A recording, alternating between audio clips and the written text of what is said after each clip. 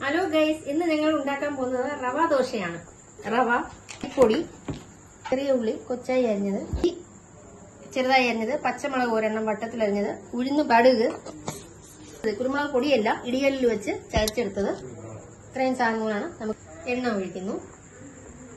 ചൂടായ ശേഷം എണ്ണയ്ക്കകത്ത് കടുക് ഇടുന്നു. ഇനി ഉഴുന്ന് പരിപ്പ് ഇടുന്നു. ഉഴുന്ന് പരിപ്പിടുക. വട്ടത്തിലരിഞ്ഞത്, കറിവേപ്പില എല്ലാം ഇതിനകത്തിടുക. ആണ്ടേ ചെറിയ ഉള്ളി നല്ലതുപോലെ ഇളക്കുക. നമ്മൾ എന്താണ് ചെയ്യുന്നത്? പെട്ടെന്ന് ഉള്ളി വാടാനായിട്ട് ഉപ്പ് കൂടിയിടും അല്ലേ? ഉപ്പ് കൂടിയിടുമ്പോൾ പെട്ടെന്ന് ഉള്ളി വഴണ്ട് കിട്ടും. ഇതിന്റെ ബ്രൗൺ നിറം ആവണ്ട, ഇതിന്റെ പച്ചമണം മാറി ഒന്ന് വഴണ്ട് വന്നാൽ മതി. ചെറുതായിട്ടൊന്ന് വാടിയാൽ മതി. ഇതിന്റെ പച്ച ചുവ മാറിയാൽ മതി. കുരുമുളക് പൊടിച്ചതല്ല, നമ്മൾ ഇടികല്ലിൽ വെച്ച് ചതച്ചെടുത്തോണ്ടേ അതും കൂടെ ഇതിലോട്ട് ഇടുക. കൈക്കണക്കാണ് അല്ലേ ഇതിന്ന്. ഇത്രയും അരിപ്പൊടി നമ്മൾ എടുക്കും. അരിപ്പൊടി ഇടുന്നത് ഒരു ക്രിസ്പിനെസ് വരാൻ വേണ്ടിയിട്ടാണ്. കണ്ടല്ലോ,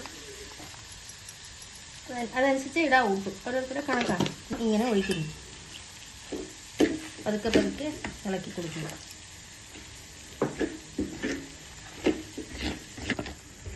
ഇനി നമ്മൾ ഈ വഴറ്റി വെച്ച ഉള്ളിയൊക്കെ ഉണ്ട്, ഇതിനകത്തൊട്ട് ബാറ്ററിനകത്തൊട്ട് ഇങ്ങനെ ഇടുക.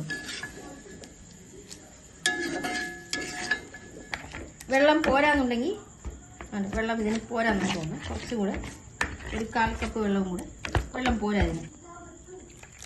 വെള്ളം നമ്മൾ ചേർക്കുമ്പോൾ നോക്കിയേ ചേർക്കാവൂ. വെള്ളം ഒരുപാട് കൂടിപ്പോയാൽ നോക്കിയേ ചേർക്കാവൂ. നോക്കിക്കൂടും അത് വയ്ക്കുന്നു.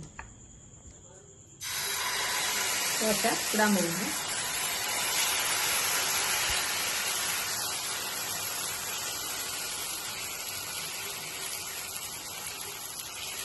വെളിച്ചെണ്ണയാണ് നല്ല സൈഡിൽ നിന്നിങ്ങനെ ഒഴിച്ചു കൊടുക്കുന്നത്. കണ്ടല്ലോ, നല്ലപോലെ മുരിയണം ദോശ. ഇങ്ങനെ ഒഴിച്ചു കൊടുക്കുന്നു. ഇങ്ങനെ മറിച്ചിടണം. കണ്ടല്ലോ, ഈ ദോശയുടെ പ്രത്യേകത നല്ലപോലെ മൊരിയണം, എന്നാലേ അതിന് എഴുതി. ഈ പ്ലേറ്റിനെ പിടിച്ചോ. ഇതുപോലെ ഇതിന്റെ കൂടെ കട്ടിച്ചമ്മതിയാണ് ഏറ്റവും സൂട്ടാവുന്നത്. അത് ഞാൻ വേറെ ദിവസം കാണിക്കാം. അടുത്ത വീഡിയോയുമായി അടുത്ത ദിവസം കാണാം. അതുവരെയ്ക്കും ടാറ്റാ.